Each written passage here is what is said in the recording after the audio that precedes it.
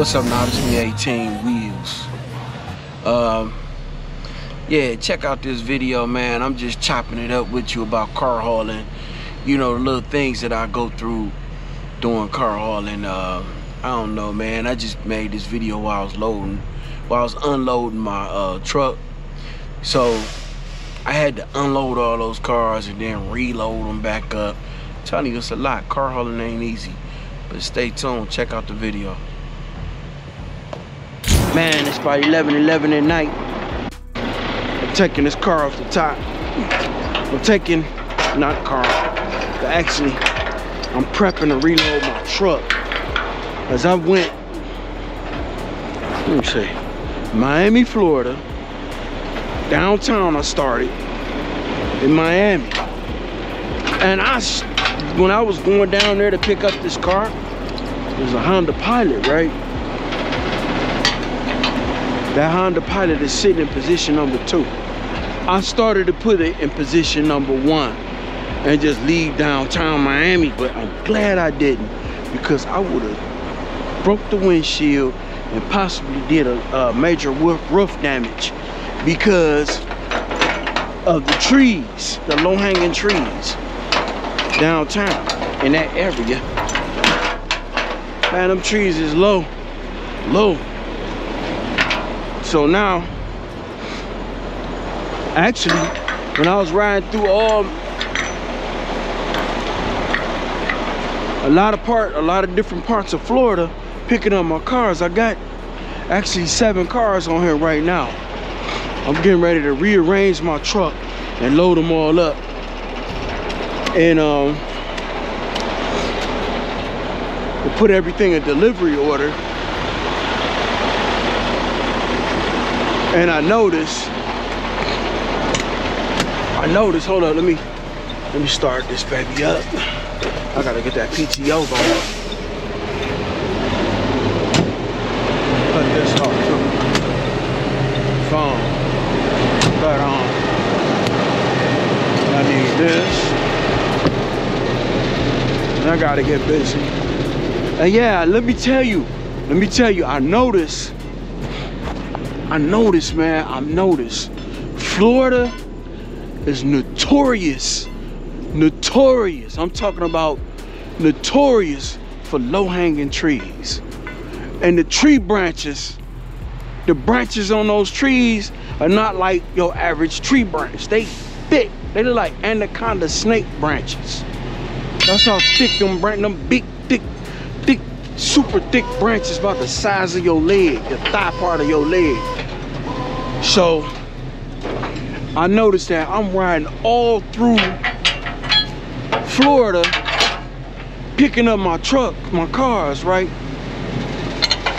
And I'm going to different parts, and I'm looking, and some of these cars are residential cars, right? So my thing is, the residential areas in Florida, this is my discovery, is not truck friendly, not especially for a car hauler. So I had a lot of customers say, well, we got big trucks.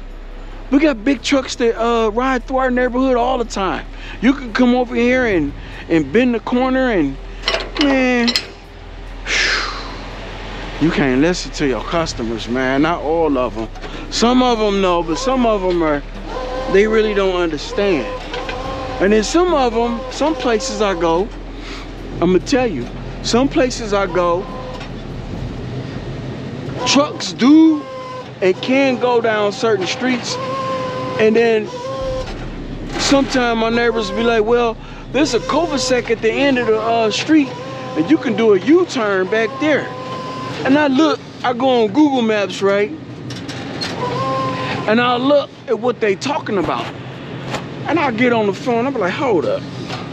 I can't drive on your street. You gotta bring that car to me. I had to have them do that. A lot of times I'll be, I don't want to. I would rather, go to the customer. That way, it's better business. And when you pick the car up close to where they at, you can kind of get away with it. Now, places like, I'm chopping it up with y'all. Places like, let's say like Colorado. You going into like Denver area. You got some places like in the new development areas of Denver. I can drive this truck and take their car directly in front of their house. I can do that. But then you got some places in Denver that's not truck friendly. You cannot drive a semi truck over there in that area because of the trees, the low hanging trees, you know? So that's one thing with this car hauling, is you gotta watch it. You gotta watch it. Don't let your customers trick you into thinking, oh, you could bring that big truck over here and they'll test you. Some of them know that truck is not able to drive up in that neighborhood, and then some of them will test you just to see if you're gonna do it. You know, I'm serious. Some of them will test you just to see if you're gonna drive that truck, drive your truck in a neighborhood you know, or in an area you know you're not supposed to drive it. Oh Lord, how am I?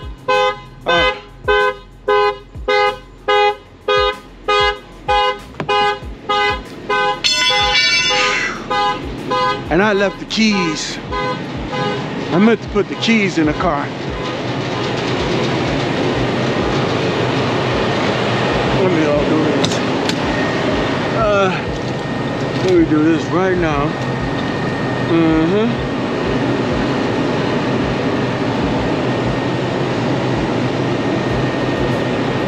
Okay, I need this. Yeah, they want you to drive that car in the area that you can't. It's not truck friendly. It's crazy. Gotta watch it, because they will try you. Okay? They will try you in a minute. So I stress to my customers to I stress to them, look, I'm not trying to be funny or nothing, but I was like, man, I can't drive this truck over into your neighborhood. So we gotta meet, you gotta meet me somewhere. And I know it's a big inconvenience because they want you to just come straight to their house. But it don't work like that. You know? It don't work like that. Especially when you got other people's cars on the truck. You know, like this Mercedes Benz. This is a garage kept car. The people that actually is shipping this car, they kept this car in the garage. It's dirty, but they didn't, you know, they kept it in the garage. And you know, people got their prized possessions, and you know, you want to just kind of like stress to them, yo, I got other cars out here. How would you like it if I took your car and ran it through a neighborhood where I know it's going to get all scratched up? You know, and that's not, you know, what I do. So you have to be like really cordial with the customers. Now, here we go with the brokers. Now, sometimes, like the brokers are good people, but like me, when I'm dealing with them and they calling me, you know, I kind of like try to be cordial with them and let them know exactly what's going on, because it seems like sometimes, you know, they'll mind frame will be like, well, the driver can just grab the car and throw it on the truck and take off. And then a lot of times it don't be like that, because you gotta actually, let me put this out. You gotta actually coordinate with the customer. And once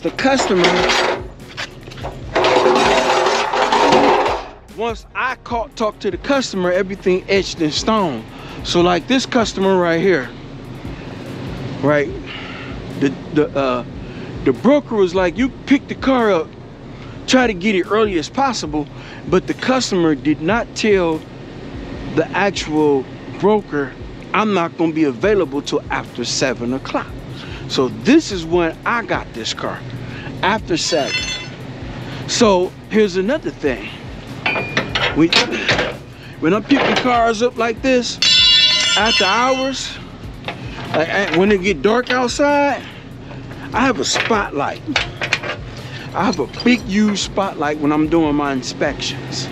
So I will inspect the car. I pull out I don't have like a little, like this light on my head. This is nothing. What you see right now, this is nothing. I got a spotlight that will light up the sky. And I shine that light on the car and I take pictures with my phone. Because it's dark, right? And sometimes the customers, they can't, you know, do this business until after they take care of their business. You know, some of them, you know, they got work, they got, you know, other stuff they got to take care of. So they be like, nah, I can get with you after I take care of my business. And I'll be like, okay. So once I get that car, you know, I pull that big spotlight out and I inspect. And they be like, oh, you taking a lot of pictures. I have some of them say you taking a lot of pictures, but one thing I wanna actually make sure is that everything that I take pictures of, that we can see actually when I'm taking pictures of in the inspection photos. That way, when I get it to the other end, there's no surprises.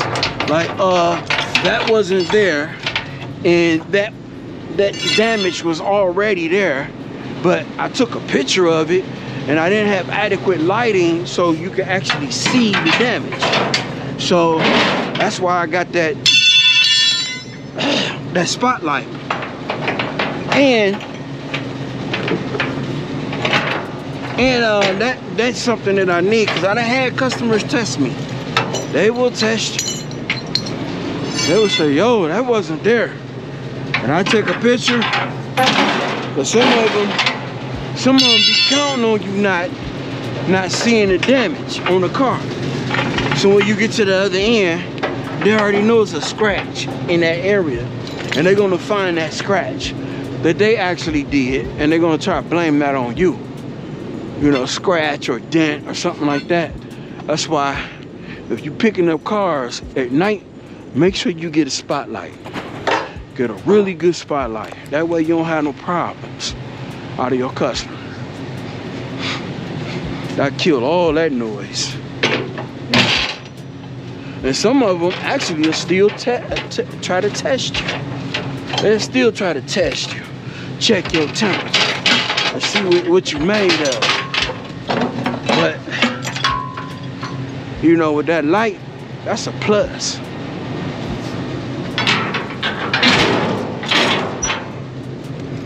Because you never know which angle they're going to come at. So, right now I'm getting ready to rearrange these cars. So this process gonna be about an hour and a half. I'll be done with this in about an hour and a half at the most. Maybe 2 hours. It depends if I run into any problems unloading these cars, which I won't. I'm not gonna run into any problems. You know, everything gonna go smooth. Right now,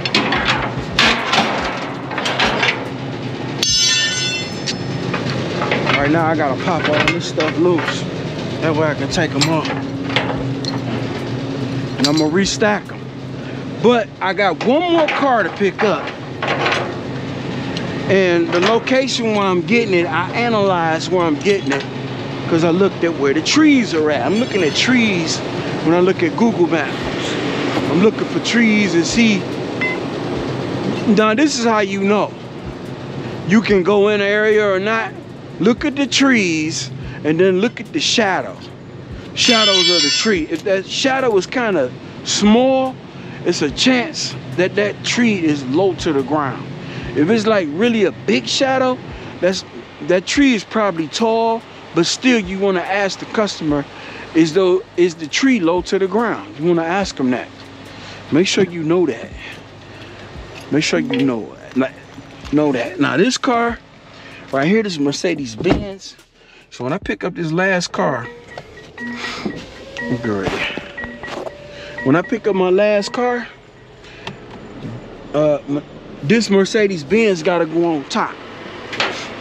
So what I'm gonna do is when I put this on top, I'm gonna make sure when I pick my last car up that I don't have no problems getting this car to go pick this car up, the last car that I'm loading up.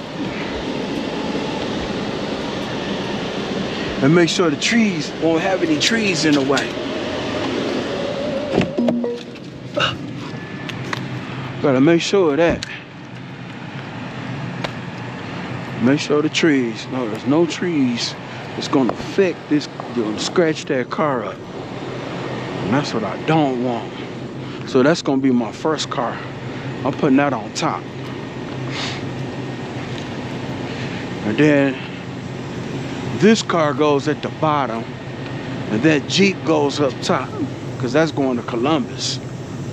So I gotta load everything in order of my delivery order. That way when I get to my customer, I don't have to move 2 to 3 cars just to take their car off. I just move their car and that's it. That's how that works.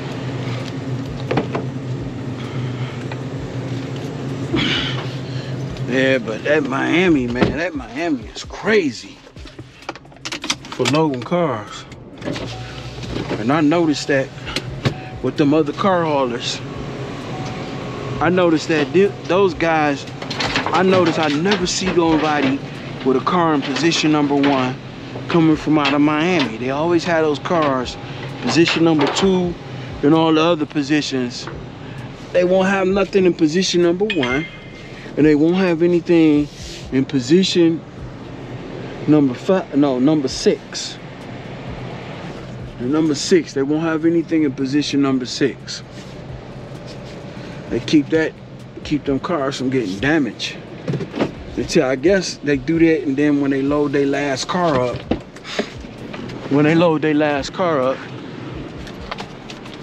that's when they actually stack them to where, I mean, look, I look like a damage. I didn't do that. Somebody looked like somebody tried to break into this car. All right, yeah. So they'll stack them like in a normal positions, like I'm getting ready to do. We're getting ready to stack these babies up. Put them all back. So let me do this now. It's 11:28 at night. And if you're doing this at night, get you a light, a headlight, like what I got on my head. This right here helps me with these cars, so I can see. Help me move them around. Get you a light for your head. Open this up. Ooh, I'm dirty. I'll be glad when this day over with. It's all work.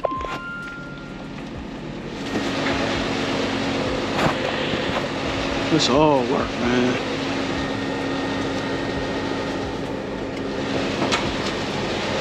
It's all work. That's what I'm saying.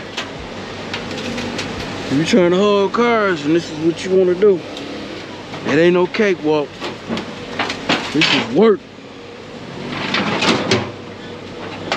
It's all work, man.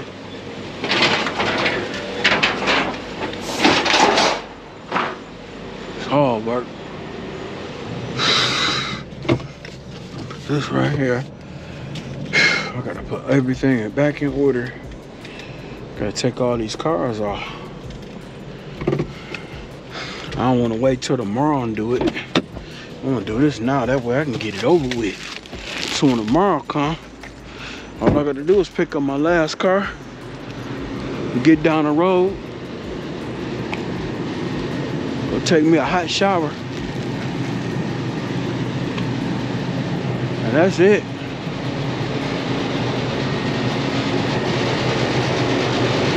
All right, this 18 wheels. Get with y'all in the next video. Let me see. That. Put this right here. Try to mix some water.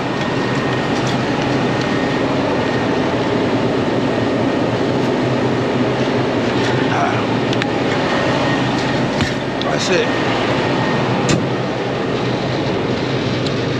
I'm gonna drop this down.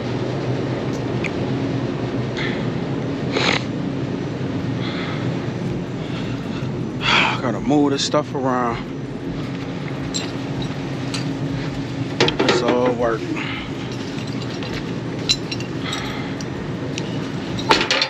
You got some people that drive the haul flatbed. They haul flatbed. You got some people that do reefer. You got some people that do wide load. But I think I done hauled flatbed before.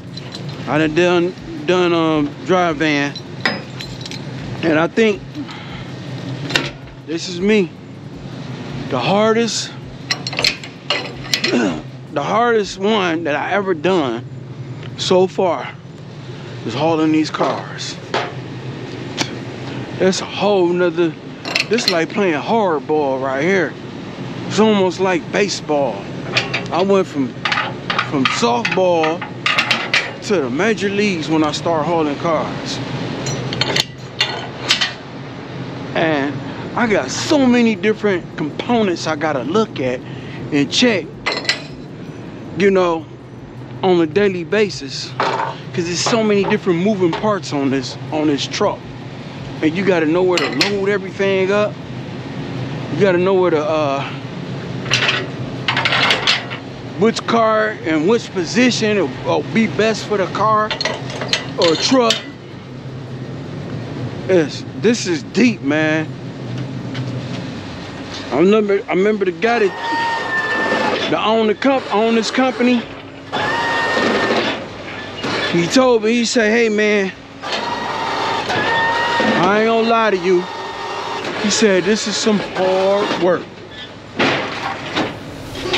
He said a lot of guys don't make it hauling cars. They go back to doing the van or the flatbed.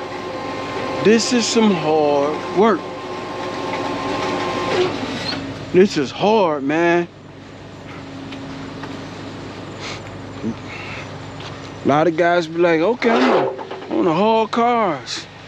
And some of them, you know, they do it, but then some of them, they go back to driving van trailer or whatever they doing, because it's just hard work. You know, only certain, it take a certain, you gotta have a certain mindset to haul cars. You gotta have a certain mindset. Your mindset gotta be,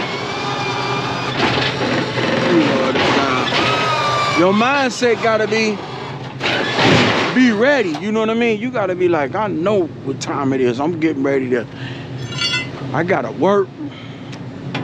I gotta do this, that, and then think about it too in the wintertime. Wintertime is deep. I be at a loading facility at a distribution center. Let me make sure this camera's going. Wait a minute. Let me make sure. This bitch on you. What's up now, man? It's the end of the video. Like, subscribe, share, and stay tuned for the next video. I'll get with y'all in a minute. Peace.